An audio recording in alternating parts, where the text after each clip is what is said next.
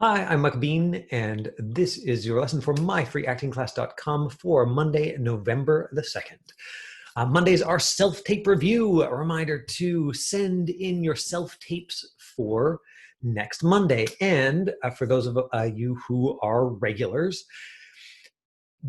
if I know you because you've been coming to these lessons, if you're like, I would love to do a self-tape for next Monday, but I don't have an audition and I don't have a thing. I've got a whole bunch of scenes in my archive.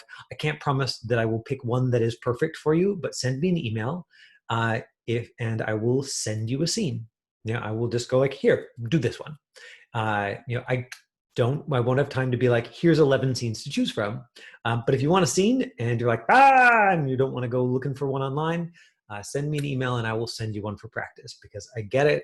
Doing practice every week is important and useful. And that would be good for us too, because then we would see that many more self-tapes in our self-tape review. So it works for everybody. And comes back to that Ira Glass thing of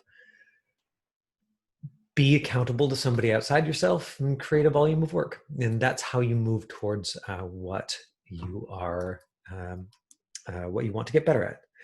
Maybe before I get into details, I just want to throw another quick plug for the book, The Grit by Angela Duckworth. I played you a little clip of this, I think last week. I was engaging with the book fairly deeply. Chapter 4. Stop talking to me. Ta-da! Angela Duckworth, Grit. The Power of Passion and Perseverance. She's an American psychologist. She won a MacArthur Genius Grant. She's very accomplished, and funnily enough, she studies the psychology of accomplishment. And so as a parent, as a teacher, as an actor, as somebody who wants to continue helping to demystify the idea of talent and say, this is something, this sort of magical seeming acting thing that we can break down into meaningful pieces and practice one at a time. This work, her work, is supportive of that, in line with that. Now, I played a clip of it last time. I want to play. Let me close with a few final thoughts. The first is that you can grow your grit. I see two ways to do so. On your own, you can grow your grit from the inside out. You can cultivate your interests. You can develop a habit of daily, challenge-exceeding skill practice. You can connect your work to a purpose beyond yourself. And you can learn to hope when all seems lost. So that practice of daily skill exceeding practice comes back to the work of a guy named K. Anders Ericsson, and there was a lesson on that a number of months ago. He has a book called Peak, which he's basically somebody who studies the gaining of skill acquisition. And learn to hope when all seems lost. You can also grow your grit from the outside in. Parents, coaches, teachers, bosses, mentors, friends. Developing your personal grit depends critically on other people. So, all of which is to say that if you are putting yourself in a place with other people who also are doing this crazy, not entirely rational project of pursuing professional acting, where it's like, I just am excited about it and I'm going to keep doing it. Yes, I know that 99% of actors are employed at any given time, but I don't care because it's art and I want it. That's something that will be that you will likely build if with support easier. Hello, Taylor. I'm sure I'm pronouncing your name wrong, but welcome. Today we're doing self-tape review, so let's get right down to that.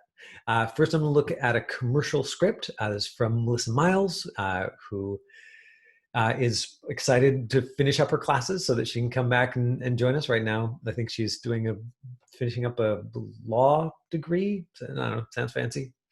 But she's busy working on commercials and working on her American accent. And so we saw a commercial from her a couple of weeks ago, and now we've got another one right here. So, no matter where you live, when it comes to something as important as healthcare, we all want the best. That's why Athena and US Healthcare have joined forces to create a partnership that will set a new standard for quality and caring. Athena and US Healthcare. Raising a new standard for your town, for your family, and for you. I know that when I share video that it's kind of laggy, that it's sort of not ideal. Because this is self-tape review, what we are looking at is she's got an eyelight, she's got a bright sparkly spot in her eyes, keeps looking at her eyeballs. Very, very important if you're doing self-tape. She's got a neutral and non-distracting background. Yeah, it's got some like folds in it, but what, are you gonna iron your backdrop every day? You know, the one that I have here is stretchy, and so I don't know if you can see them, but I actually like it's held in the corner with these like alligator clamps. It's like, yeah, it takes me 5 minutes to set up. It does not have to be complicated, but having a backdrop that is as non-distracting as humanly possible, which Melissa definitely has here. She's centered in the frame, or just about centered in the frame, and she's in a medium close-up, meaning we're seeing no space over her head, top of her head down to just below her armpits. This is the proper framing for a self-tape in a medium close-up. So this is exactly what this looks like. Now, I already sent this feedback to Melissa because I know she's really working on the accent. And mostly what I'm hearing in this tape is somebody who's really working on the accent. Like her voice has this like back of the mouth, back of the throat quality to it. And so I sent her an email saying like, it sounds like your voice is like way back in your throat. And she's like, yeah, apparently that's part of American dialect. So what you're hearing here, is something that you normally would not hear. And I'm so glad that Melissa is willing to share this with you, which is this is what effortful practice looks like. She's not going to like suddenly wake up tomorrow and be able to do a perfect American accent. But if she keeps doing this and pushing past her comfort zone and past her current level of expertise, little bit every day, a little bit every week, then by the time we're doing these classes next spring, probably we'll be able to hear auditions and everybody will just assume that she's American or Canadian. And it takes a lot of time to get there. Right now, because her attention, because her brain is focused on here's how I'm going to make the sounds and where I'm going to place them, there's not a lot of attention on the story. And so just like another little clip, and hopefully the audio is nice and clear so you can hear how she sounds. Athena and US Healthcare. Raising a new standard. Right, and so it's thoughtful, kind, simple, right? Like she's sort of struck a good professional tone for this, but you hear how it's all kind of the same. Like she's not really making the points. She's not really sort of doing anything to communicate, to the audience. Now, I looked at some other healthcare commercials because I wanted to both give good feedback for her, but also make this a more meaningful lesson for you all. And so I'm going to play you a couple of other examples. Melissa, I know, will watch this tape because she's that kind of actor. She can't be here today, but I know she'll watch it. So Melissa, I will say that one of the things that seems to be happening is you have chosen a voiceover commercial and then chosen to do that for your camera practice. What you will see is that most of these other ones are voiceovers. So just be aware when you're looking at commercial scripts. Some of the ones you're picking, like they might be marked voiceover, but probably it's meant to be somebody talking over top of pictures of healthcare things, which is most of the other ones are. And voiceover, different discipline, very important to tell the story. Very important to have like very clear ideas of emotionally what you're communicating line by line. And you can be much more specific and detailed about that because they're not having to see your face. So they don't have to see you going like, thinking about it, and you can have it written down right in front of you. So if you go back and look at some of Michelle Krieber's, and you'll see in the one that I did find, I only found one where somebody is like delivering this all straight to camera, still very much like voiceover. So we've got this one, which is auto insurance. 72% chance that you're overpaying for car insurance. But shopping for car insurance is a hassle. Right? Shopping for car insurance is a hassle. Like very animated in his face, like very animated in his voice. Right? This is somebody who's trying to hold our attention and really make the story clear. So I would love to have seen the version of this, even if we saw both, where Melissa was giving herself permission to be more animated and see if that communicated more clearly. It can take hours to find the best deal. That's why we create. Right, he's being physical, et cetera, et cetera. And then most healthcare commercials seem to be like this one. Or stop. Whether you have a serious health concern that you've been putting off or need to schedule a routine appointment, now is the time to reconnect with your healthcare providers. Right, so it's like, kind, thoughtful, but even this one is sort of more articulated. This is an interesting example because this is a lower budget one, like considerably lower budget, like Alaska healthcare or something, and then here's like a huge American healthcare one. Good health isn't just not being sick. It's about total well-being. It's about total well-being, right? There's a sense that these words mean something to her, and she's trying to convey it, not with like urgency, but with an importance that is appropriate to the style. So commercials, there is technique. I'm trying to get my friend Carly to come and be a guest for us. Carly's somebody who has made a living for years doing commercials. She has more commercials on her resume than I think any other actor that I know. And so if I can get her to come and join us, then she'll be able to tell you from her own experience, sort of here's what works for me in commercials. Whereas I can only say, here's what I'm observing and here's what I've seen other actors, because I personally have not worked a lot in commercials. When I was non-union, I did some of that, but it was very near the beginning of my career. Taylor, the 4 p.m. to 4:30 p.m. Pacific Standard Time. So 4 to 4:30, Vancouver, Los Angeles. Claudine, is joining us, from 8 hours in my future, because she's in the UK. I would love to know where you were joining us from, just for the curiosity, because it's delightful to be talking to people elsewhere. Now, the other tape that we have to look at today is from Christian. And so let's take a look at that. This is for oh yeah, great. Me too. Well, I'm on Galliano Island. So this is Christian's tape for a horror movie. Now, this came up in the Ask Me Anything session on Thursday, which is why I asked Claudine to send it to us. Her question on Thursday was something to the effect of, can you ignore what it says in the breakdown? That in the breakdown it had said, or she'd gotten the impression that it was important that the kids not express emotion, but through like a just happenstance, a friend of Claudine's, her daughter auditioned for it as well, and then received, as part of them, the production people calling her back, the production people sent a couple of their favorite tapes. And so what Claudine told us on Thursday was that the breakdown said no emotion, but then the best tape they sent showed a bunch of emotion. What's that about? Producers saying one thing and then choosing another thing.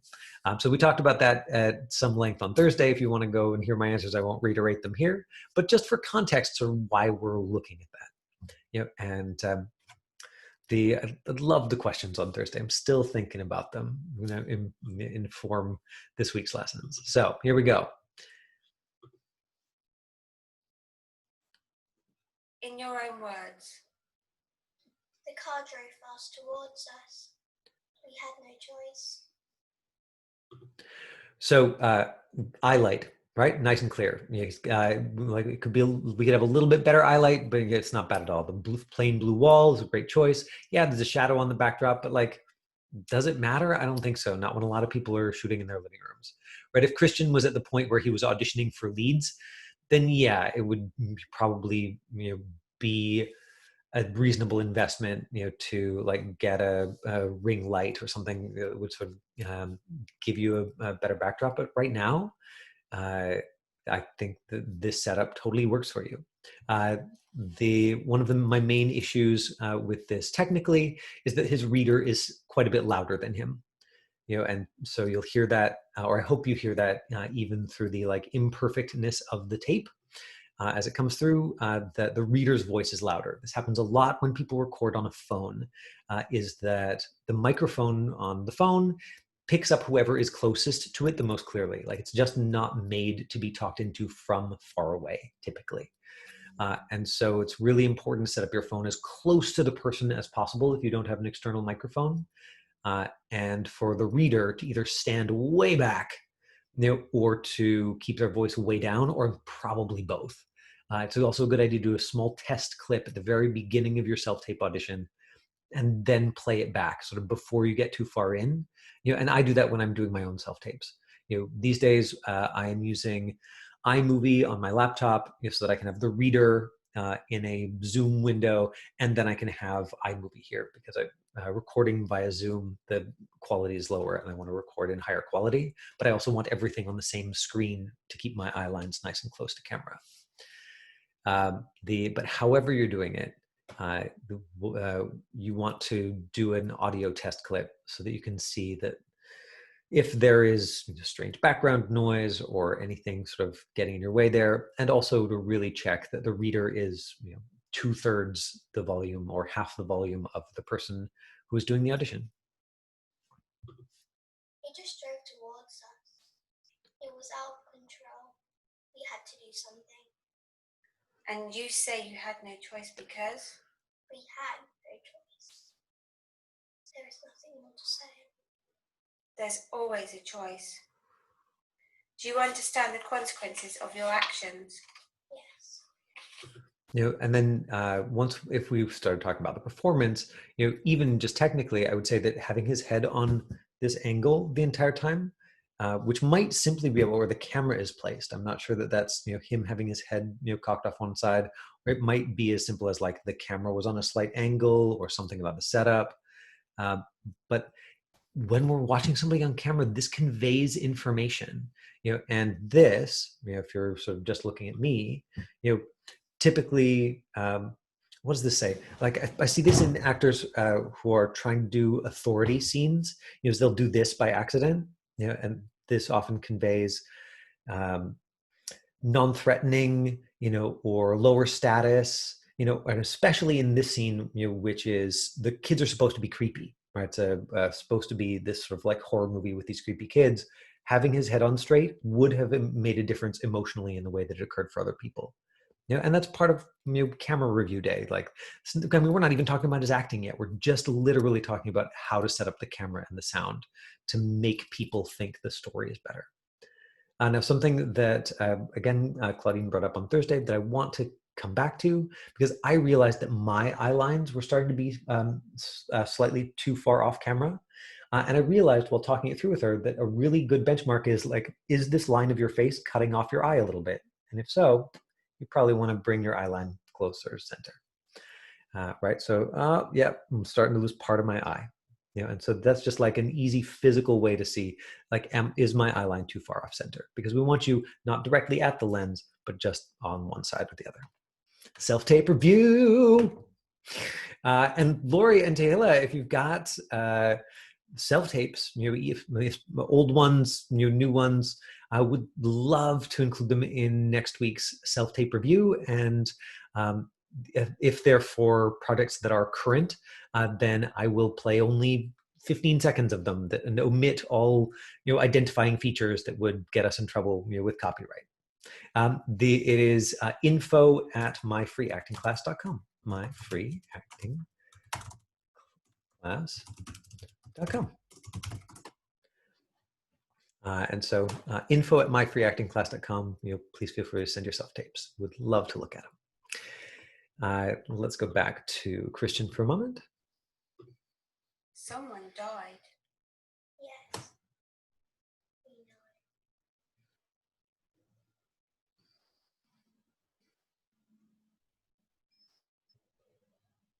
know.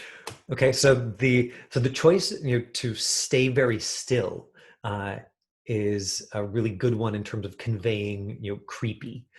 Stillness reads as power on camera. And so when you're doing anything that's sort of a status competition or an authority character, often there's stillness in that. And for this kind of horror movie, the creepiness, they're just like, yes, we know, boom, but he's not moving. It's the kind of thing where if you wanted to go even further with that technically, like you could play with, getting him to blink less. Christian's at an age where if you ask him to do that, it'll probably just happen more. Like it'll just make him hyper focus on his eyeballs. So it's not the most effective thing. Okay.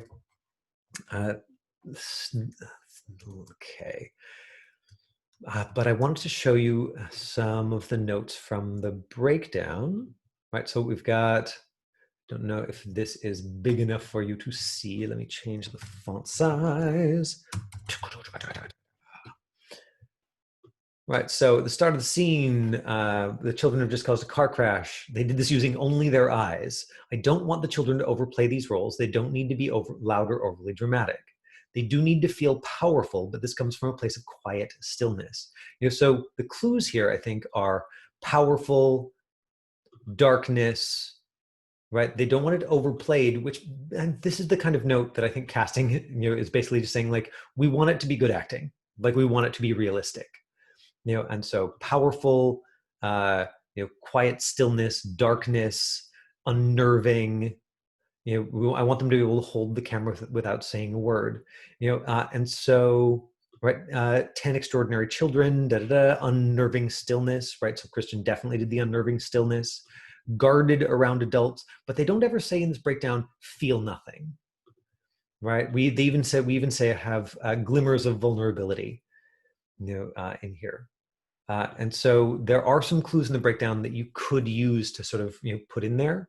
And if you were workshopping this, or if I was workshopping this with Christian, then it would be really interesting to experiment and go like, what does an actual 9-year-old's like darkness look like?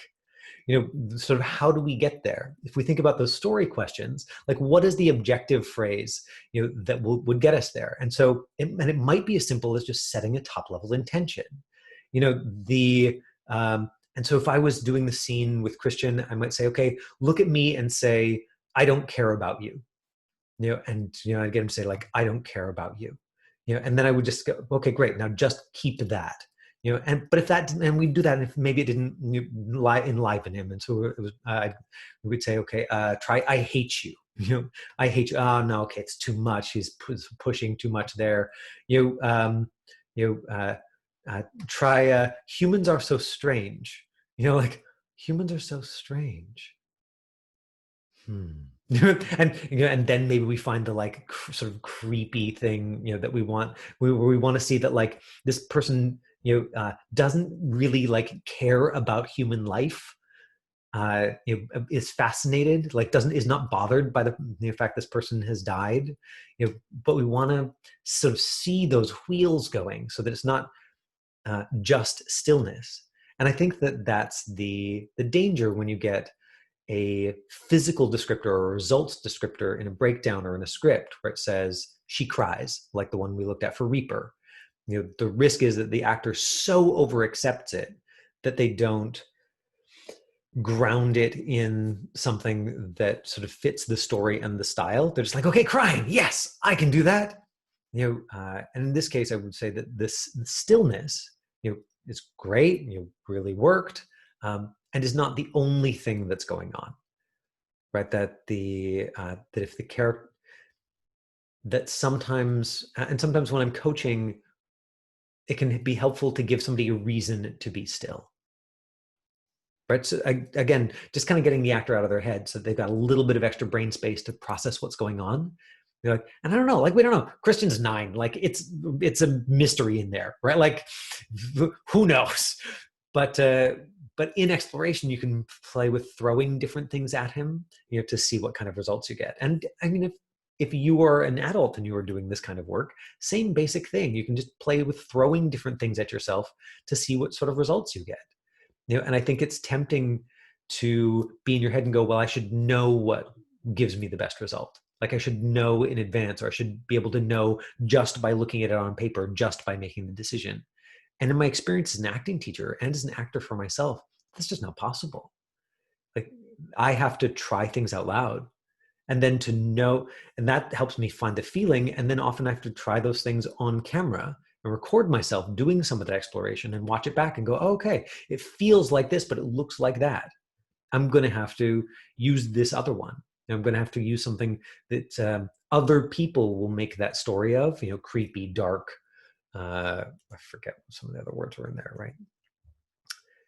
Powerful, like creepy, dark, powerful, right? And what is going to help me, Michael Bean, you know, get to appearing as creepy, dark, and powerful? Maybe it'll be something as simple as like, you know, right, if I'm doing a scene with Claudine, you know, me just, you know, like looking and like seeing if I can, you know, count the threads in her sweatshirt, right? Like maybe you look like, you know, something as simple, you know, as me going like, what are all the ways that I could kill Claudine right now?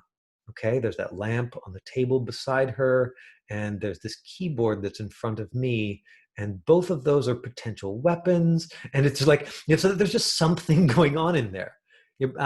I've said this before because I just think it's so clear and wonderful that Ben Cotton, who came on as a guest a number of months ago, who plays a lot of these like creepy serial killers, or has played, you know, a lot of these very sort of creepy, you know, or dangerous roles, has said it's just important that something be going on, you know, behind your eyes. And so he's like, sometimes I'll just go over my grocery list.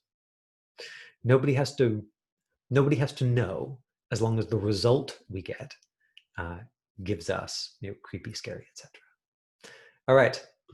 4:30. Yes. Look at us being, you know, tight for time. Any questions about any of the things that I have covered here in today's self-tape review? All right.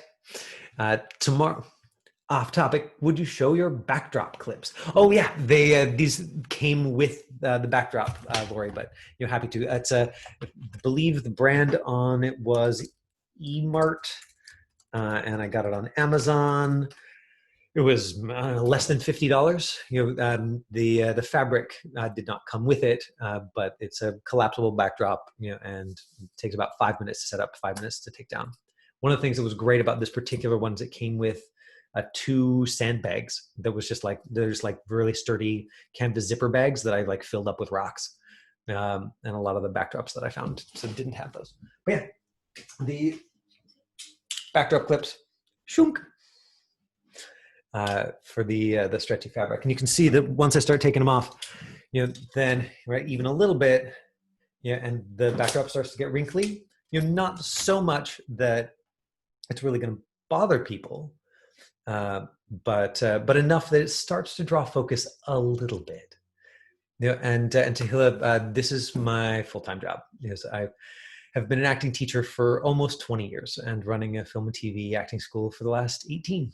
And I have been teaching online almost every day since I think like the end of March. And so I'm currently loving giving away what I do, because one of the things that has filled me with internal conflict periodically over the last 18 years is realizing that when I was a young person, there's no way that I could have afforded to take the classes that I was teaching. And I'm like, that puts me in irreconcilable conflict.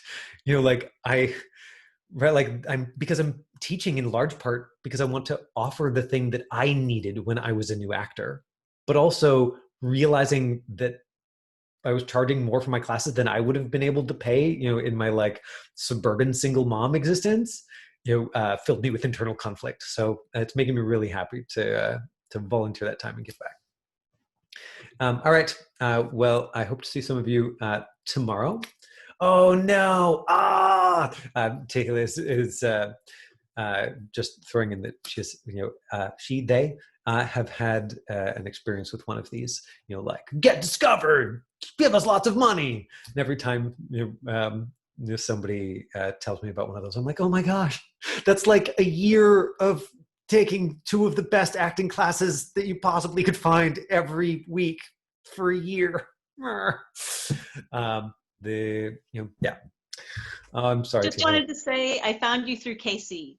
Oh, love it. We love Casey. You know, like yeah, we did courses together with her, and when you were both doing it together, you were awesome.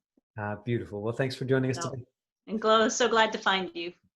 Bye, everyone. You know, I will be back tomorrow, Wednesday and Thursday. Wonderful. Ciao. Bye, Michael. Bye. Thank you, Michael. Bye.